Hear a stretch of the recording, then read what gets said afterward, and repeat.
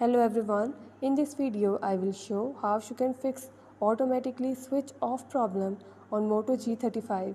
Before starting this video, please press the bell icon or do subscribe this channel.